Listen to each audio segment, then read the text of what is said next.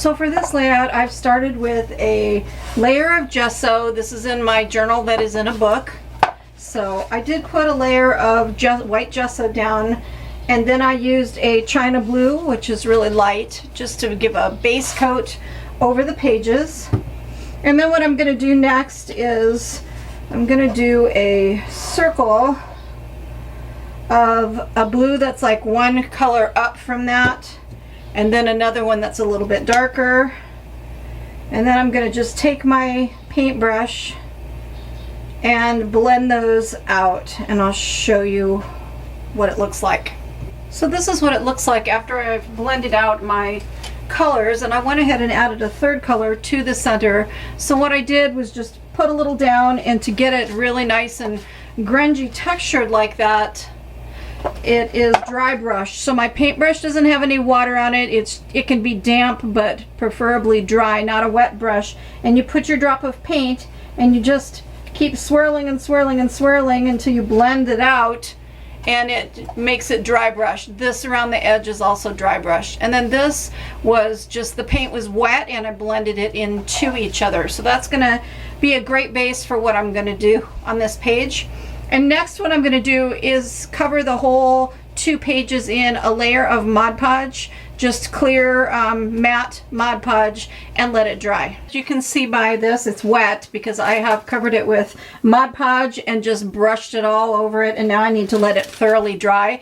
It picked up some green from my plastic mat that I use underneath, and I don't care because there's going to be another layer on top of this, so it doesn't matter. So now I'm going to just let this thoroughly dry, and then I'll come back and show you my idea of what I'm going to do with a stencil. I'm sure everybody will agree with me that I absolutely love stencils, and you probably do too. And I love the different shapes and patterns, and when you put it down and you put your paint over it, and obviously you take it off, then you have the design. But I would like to use this stencil in a different way. So on one side I'm going to use the positive image, and the other side I'm going to use the negative image. I think I showed this in my video about different ways of using a stencil, but I'm not 100% sure that I did.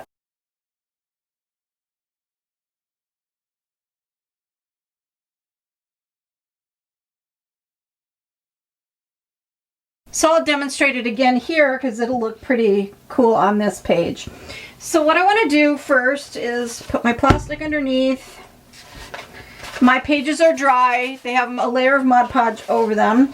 And the reason I did that was to kind of give it a slick surface instead of that matte finish paint. Sometimes matte finish paint is not as easy to work on, and it's just cheap paints. So the first thing I'm going to do is take a really super deep dark blue. It's called indigo.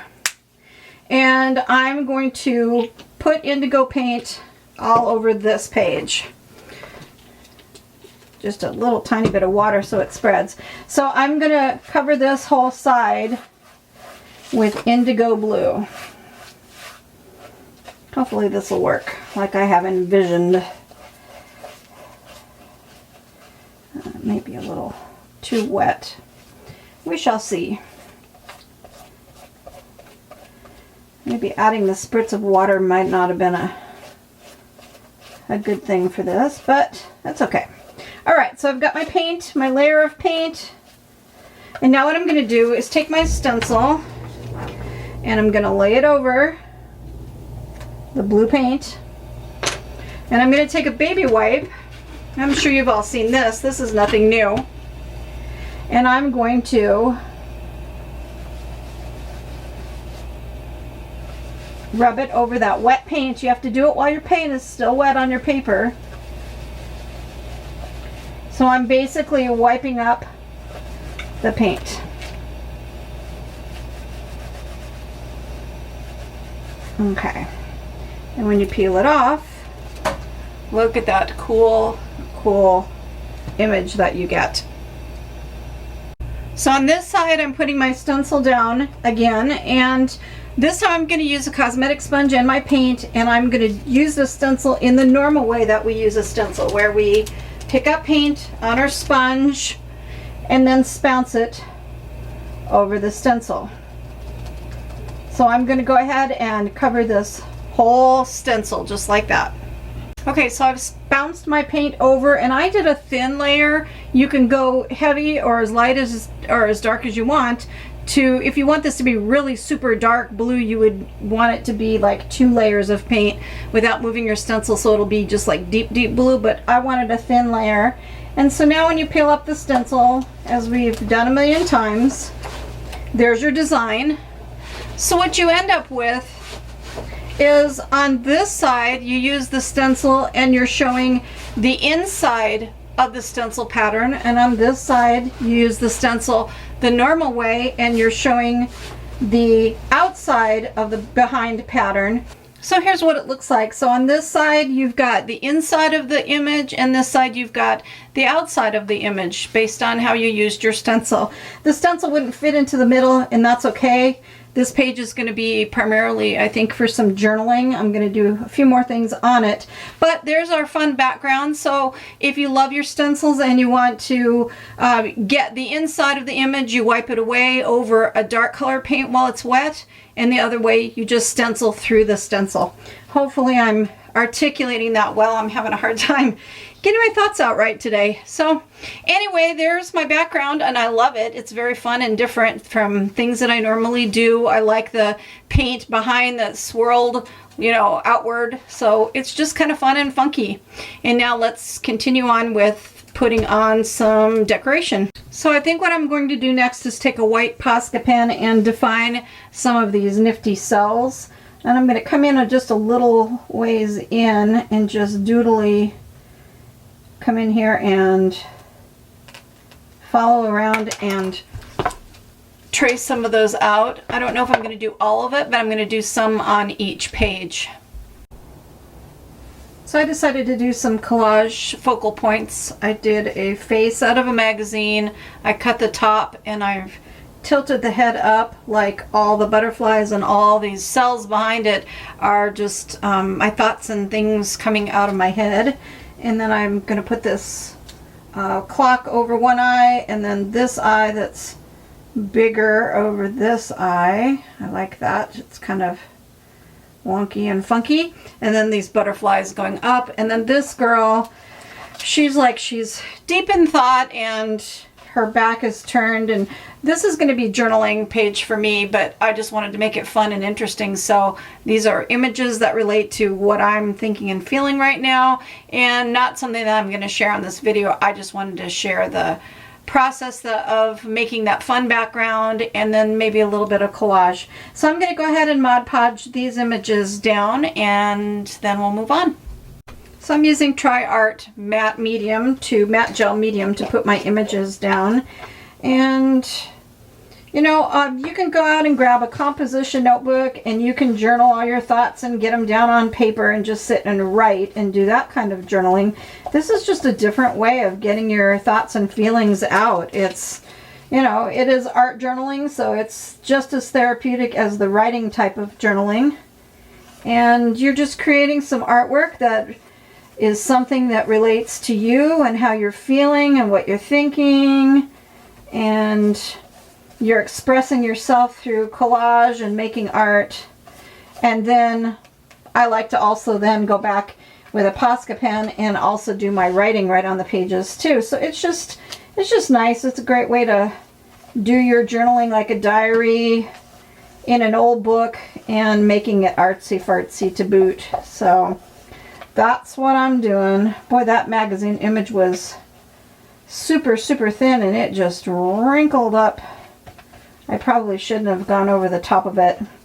If you put your matte medium down in a thin layer and then you put your magazine image down and you don't go over the top of it and you just burnish it down like that, you won't get any wrinkles. That's what I should have done, but that's okay. And actually her being wrinkled kind of goes along with what I'm journaling about too, so that's okay.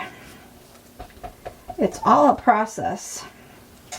Boy, that is just wrinkly. It's very funny thin paper. I'm not even sure where I cut that image out of. It's not magazine paper. It's super thin, so it must have been out of a book of some sort.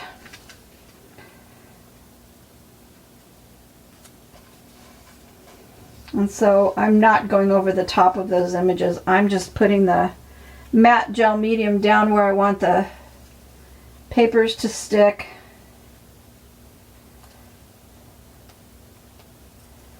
I think I'm going to go over that little eye though. It's tiny. And then sticking them down. The butterflies I think it will go over the top of. And I like my pen work that I did to pin in some of those cells just randomly of the stencil, these little cells. I love how that looks to just go in and highlight and bring a focus just to some of them, not all of them, but some of them. You could do all of them. You could even doodle inside the little cells too if you wanted to. This is great. This is exactly what I had in mind. And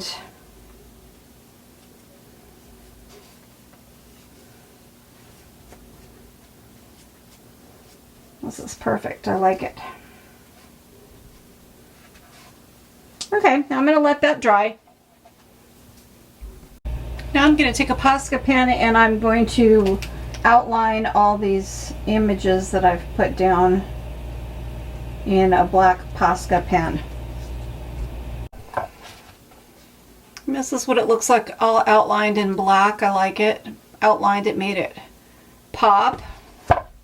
And this is really wrinkly, like I had mentioned before, but now it is dry. So what I'm going to do is take some sandpaper and I'm going to just lightly sand this image.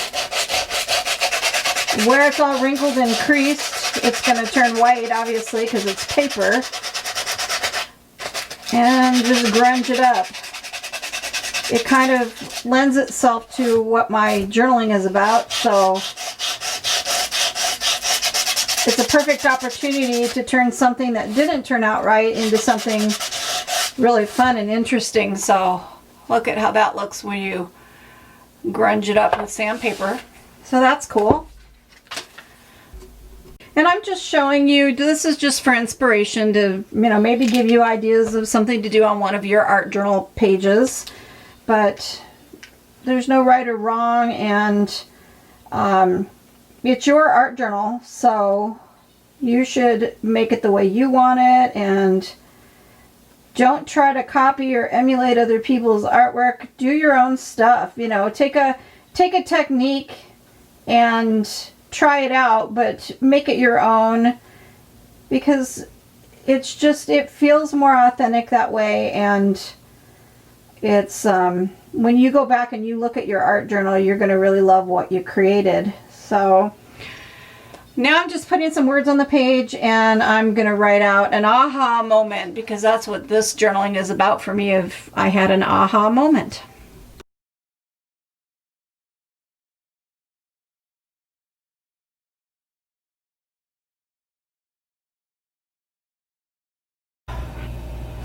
So I'm putting my washi tape on the back side.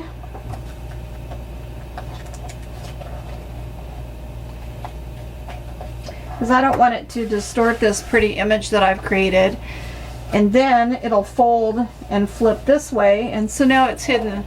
It's in the back. The washi tape is on the back side. And it's just a nice little flip up where I can do some private journaling that's just for my eyes. And I may put a title here, so I think I'm going to do that next. So here's how it turned out. On the front of my card with the butterfly, I put, sometimes the harsh reality of things gives you an aha moment. So that's perfect for what I want to journal about. And then I can flip this up and do my journaling back here for my own private message. So I hope you enjoyed this. It was fun. I love the background. I hope that gave you an inspired idea for how to use your stencil to get the positive and negative out of the same stencil. And then doing a little bit of collage and lettering and some journaling. So hope you enjoyed it. And until next time, thanks for stopping by at Twisted Art Designs.